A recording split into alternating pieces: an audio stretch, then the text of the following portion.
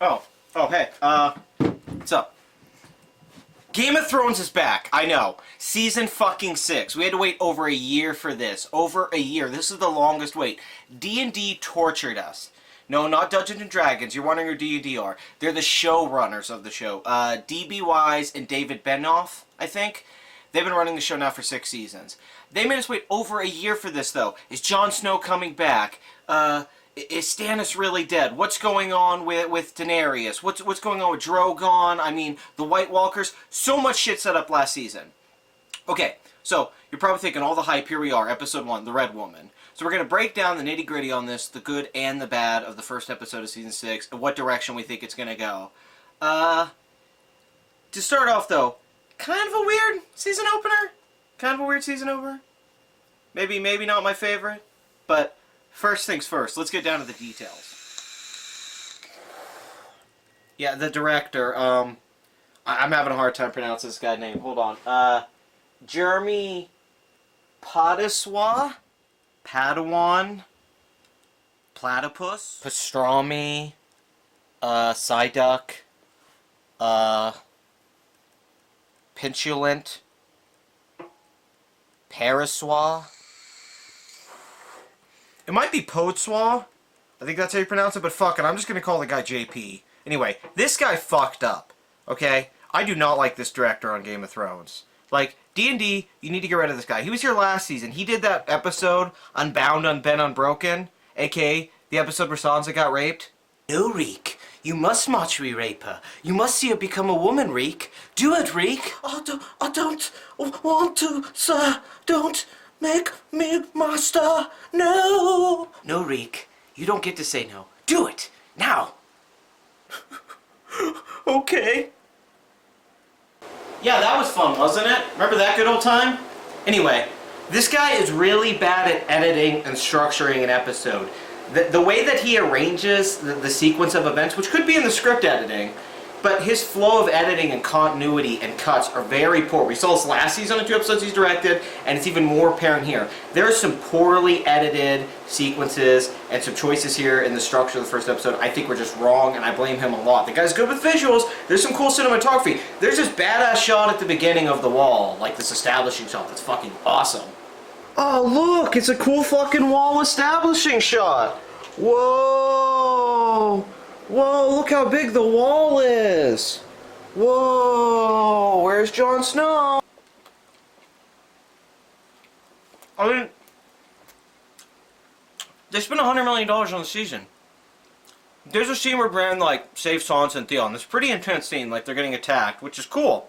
They're getting attacked, and it's all tense. Theon's trying to save her, and they got dogs out and everything. Then Bran comes up to save the day. And the editing is just nuts. Like, Bran shows up, then there's a cut, then there's like a dozen cuts. The dogs just disappear. The dogs literally disappear. There's like a bunch of fucking hounds. You think, oh shit, Bran's gonna stab some dogs. This is gonna be pretty badass. Oh, hounds! Oh wow, look, they're magically gone now. Great. That was convenient.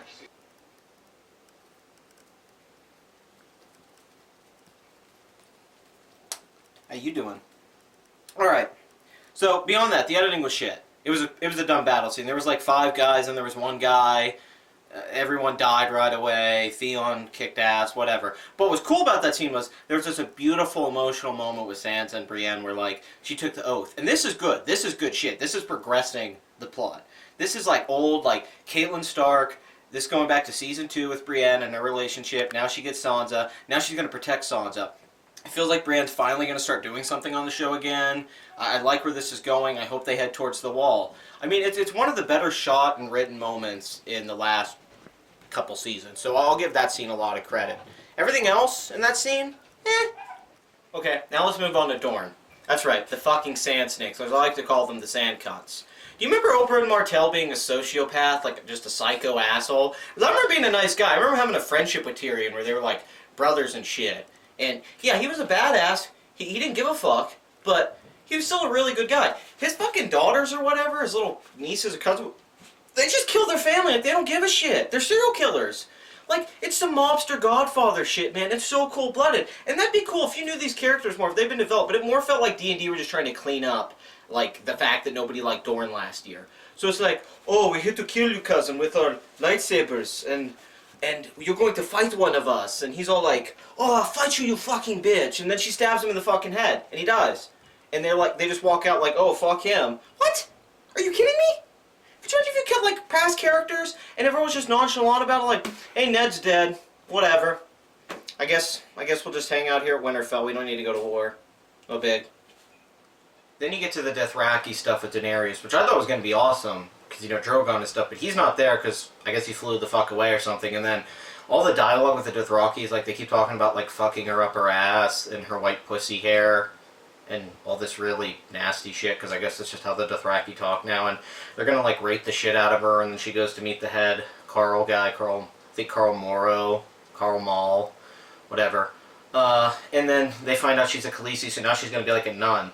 But obviously she doesn't want to go be like a nun who, like, prays the rest of her life or something for her dead husband. But, yeah, not much happened there either. Unfortunately, that, like, once again was another sequence, and it was just a recap of stuff from last season. They didn't progress the main plot that forward like they maybe did with Sansa and Brienne. So, yeah, that stuff was, it was okay, but, we'll move on to a couple things I like, though. The plot lines that work, though, these ones were good. This is what D&D is good at. Fast, intense dialogue sequences. Tyrion and Varys at Marine, great. Talking about the Sons of the Harpy, we're seeing the ships get burnt, which I kind of hate, because it feels like we went through all the shit with Marine just to have it like, oh, now the ships are burnt, so now she's going to have to get a new army to go to Westeros, because waiting for Daenerys to get to Westeros. But still, the two of them, always great. Jaime and Cersei dialogue scene, great. Awesome. Cersei's all like happy, my daughter's home. Then it's like, my daughter's dead, now I'm all sad. Then Jaime's like, fuck this, fuck that, fuck me, fuck you, fuckaroo, fuck America, fuck the election, fuck everything. Like, Jaime doesn't give a fuck anymore. Both these scenes are really good, but they're too short. Like, this first episode's only like 46 minutes. If they had another 10 minutes, which they should have been 55 minutes, or an hour over, these scenes with these characters talking that I really wanted to catch up with and see where they were at emotionally, they need longer dialogue scenes. I'm sorry, like, Jaime and Cersei need to talk more. So does Tyrion and Varys and stuff like that. Like, those scenes were really good. And I guess now we'll get to Arya, or as I like to call it, mini, like, Daredevil Jr.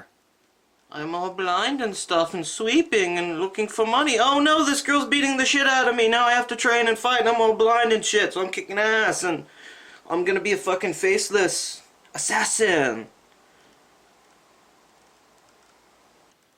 I mean, Arya gets the shit beat out of her. She gets her fucking ass kicked. It's brutal. Once again, this was really cool. This was kind of cool. I mean, it just seemed like it's going to be a bunch of training sequences. I hope they actually, like, give us a little bit more of the House in Black and White and jogging and all that stuff and the mythology of the Faceless Man and the whole religion behind that. Like, I don't want just, like, clips of Arya, like, getting in these little fights. That's not that interesting. And she was, like, my favorite character on Game of Thrones. I was a fanboy of Arya so big from season 1 through 4. And the last couple seasons, I still like Arya, but I want to see some more with her. But we'll get to the cool stuff, the final stuff, the stuff at the wall, the Red Woman. Okay, this is what everyone's talking about.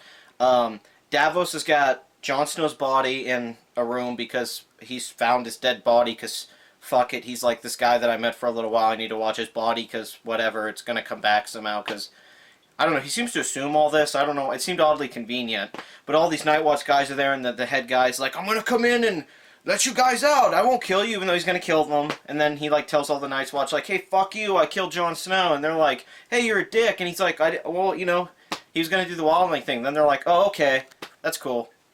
But beyond that, like, yeah, Melisandre's fucking old. Like, I mean, I feel bad. All the dudes out there, including myself, who have fapped to this chick in the last few years, and then she, like, is all, like, in the mirror, and she's looking, and she's like, oh, I'm all upset. Jon Snow, like, is dead, and Stannis is dead, and, like, all my magic's fake. And then she takes her stuff off, and you're like, whoa, dude, it's The Shining. Holy shit, you look fucking bad. Yeah, she's just old as balls. I mean, there's no way around it. Melisandre's old. This implies some cool shit, though. This says that she's really old and been around a lot longer than we thought. She's ancient. That means that she knows shit. Also, this might be setting up the possible resurrection of Jon Snow. We have seen people previously bring back people from the dead using the Lord of Light. We have seen this in Season 2. I don't know if she's ever done this before, So I don't know if something is that she's going to die in her old age because it's going to take the rest of her power to resurrect John, or if this is her moment of faith where she's crisis of faith where she is not believing in the Lord of Light and she's just being broken and being herself. She's not putting on the illusion anymore. There's a lot of people think it's the necklace, but there was a continuity error to that with last season where she was in the bathtub, but there's debate about that. Either way, symbolically the necklace works. Visually the scene works a lot. I love the cinematography in the episode. That's one of the standouts. The cinematography is like A+ throughout the whole thing. I wish they'd had a different director. They have a lot of good directors coming the rest of the season, like Jack Bender and stuff like that, who worked on Lost. But yeah, out of the first 6 seasons, this is my least favorite opener. I mean, don't get me wrong, all the openers open kind of slow. They're not that great. They always kind of reintroduce you to things. But I really thought season 3 and 4 did a great job of giving you great little things. Even so, like the Hound with Arya, with the the fucking chickens, and going back to season 3's opening where like Daenerys is on a ship and her dragons are flying. All that stuff's really cool. Here they just kind of just showed you some stuff. I'm like, hey, remember that? Then you got a boring wrap up on Dorne. And then you only got really 2 or 3 scenes that actually did anything new, and one of them was the Melisandre reveal, which I hope the next episode they do way more. But current ranking on this one, which is, I'm not saying it's bad, but it's kind of like, I'm going to kind of give it like a 7 out of 10 first episode, which isn't bad. But, it's okay. It's just okay. It's just an okay opener. I was expecting a little bit more. They probably shouldn't have hyped it up so much, but hey, it's Game of Thrones. Game of Thrones is never shitty. It's never inconsistent from a week-to-week basis that much, so I'm really pumped for this season. I still think it's going to be a badass season, so I'll see you for the next episode. We got this, motherfuckers. We got this by the ass! Stop making me watch be raped. I can't watch anymore. I'm a shell of a man. I mean, what the fuck? What were they thinking with that? I mean, I don't want to harp on this, but, like, usually when bad shit happens to people in the show, it's just bad, but, like, the Sansa thing last year, holy shit. Like, JP, dude. Like, I'm writing you a letter, okay? This is, like, 3 episodes you've done now with, like, disturbing imagery that I'm just not into, man. I mean, I'm drinking beer over this. God damn.